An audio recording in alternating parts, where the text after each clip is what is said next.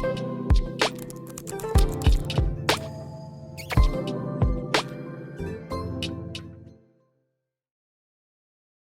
메이커즈 수학쌤 에릭쌤입니다. 이 설명은 이제 학생들을 대상으로 하는 설명이고요. 올해 지금 쫄아 있는 학생들이 꽤 많아요. 선생님 저 어떻게 해야 되죠? 뭐 이런 친구들이 많은데 AP가 너무 초강수를 둬버렸죠. 원래 그 오피셜 테스트라는 건 기본적으로 시험 자체가 일단 유효해야 되고 어떤 평가 기준들이 되게 유효해야 돼요. 오피셜한 어떤 그 학생들의 역량을 평가할 수 있는 시험인지 뭐 문제 수도 확보가 어느 정도 돼야 되고 또 그에 따른 기준들도 이제 명확하게 있어야 되죠. 그리고 이제 시험이다 보니까 어떤 공정성 그리고 신뢰성의 문제도 들어가야 되겠죠. 그래서 이 validity랑 reliability가 어떤 오피셜 테스트의 가장 큰 두 가지 요소 중에 하나라고 볼 수 있는데 제가 그 AP 센트럴이었으면은 저 같은 경우에 이제 어떻게든 그 두 마리 토끼를 다 잡기 위해 노력을 하려고 했을 것 같은데 지금 현재까지 나온 그 AP 발표에 의하면 너무 신뢰성 쪽으로 많이 치우쳐진 것 같아요. 그래서 우리는 어차피 치팅을 못 막을 것 같으니까 오픈북 오픈노트로 가자. 계산기도 그냥 써라. 대신에 이 치팅을 하는지 못하는지는 못 잡아내니까 대신에 이제 어떤 방법을 줄까요? 저 같은 경우는 솔직히 문항수를 늘리고 싶어요. 문항수를 늘려야지 하나하나 실수했을 때 그 실수에서 이제 그 톨러런스도 좀 낮아지고 이럴 텐데 그 허용도가 컨텍스트로 가는 방향도 있겠죠. 컨텍스트를 차라리 줘가지고 오픈북의 어떤 효과를 이렇게 없애버릴 수 있도록 상쇄시켜버릴 수 있도록 이렇게 가는 방향도 있을 텐데 정말 그 진리를 말씀드리자면 지금 쫄아야 될 사람들은 학생들이 아니라 출제자들이에요. 정말 적은 수의 문제로 한정된 그 시험 시간 안에 이 오피셜한 테스트를 평가하기 위해서 어떤 질문을 던져야 되는지는 지금 그분들이 스트레스를 더 많이 받아야 되는 상황이고 학생들은 그냥 기본적으로 하던 대로 공부를 하시면 됩니다. 하던 대로 공부를 하시면 되는데 먼저 이 질문을 던져볼게요. 수학에서 어떤 그 마지막에 물어보는 발문이 바뀔까요?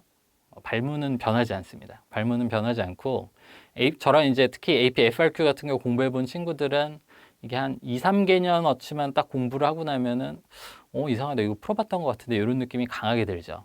그래서 매번 이제 그나물의 그 밥인 문제들이 이렇게 반복이 되는데 그래서 여러분들이 정말로 중점적으로 준비를 하셔야 되는 거는 어떤 발문에 따른 답안 작성 방향을 어떤 방향으로 할 건지 어떤 내용이 들어갈 건지가 시험장에서 고민하는 게 아니라 시험을 준비하면서 이미 마음에 그 결정이 다 나와 있어야 돼요. 그래서 약간은 기계적으로 이렇게 발문이 던져지면 바로 적을 수 있도록.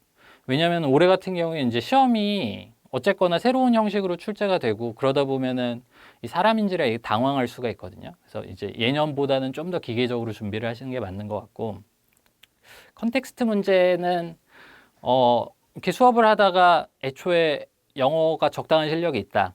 그리고 뭐 지금까지 공부를 하는데 큰 어려움을 겪지 않았다. 이런 친구들은 저는 그냥 그만 공부하라고 합니다.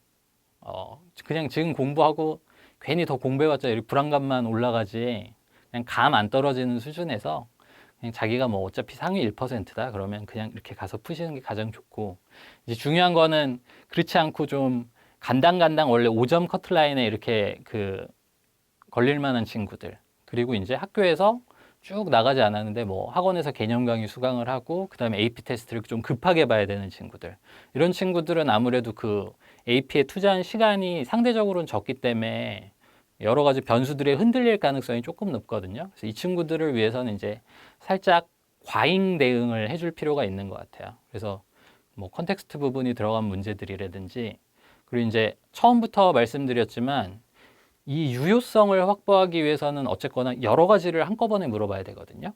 그래서 한 문제가 되게 복합적인 개념을 갖는 경우들이 많을 거라고 예상을 해요. 그래서 이제 그 문제들을 어떻게 다룰 것인지. 그래서 최근에 이렇게 수업을 하다 보면은 예전에는 좀 이렇게 뭐 뚝 전체적인 FRQ 흐름으로 가다가 이 문제 좀 실험적이다 이런 문제들이 있었어요.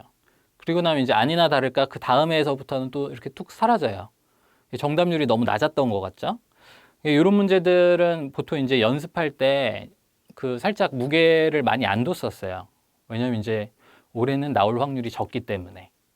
이런 식으로 공부를 해왔는데 올해는 좀 전에도 말씀드렸지만 약간 과잉 대응을 하는 태도도 필요해서 그 두드러지는 문제들 있잖아요. 약간 좀 생소하고 나름 개성 있었던 문제들.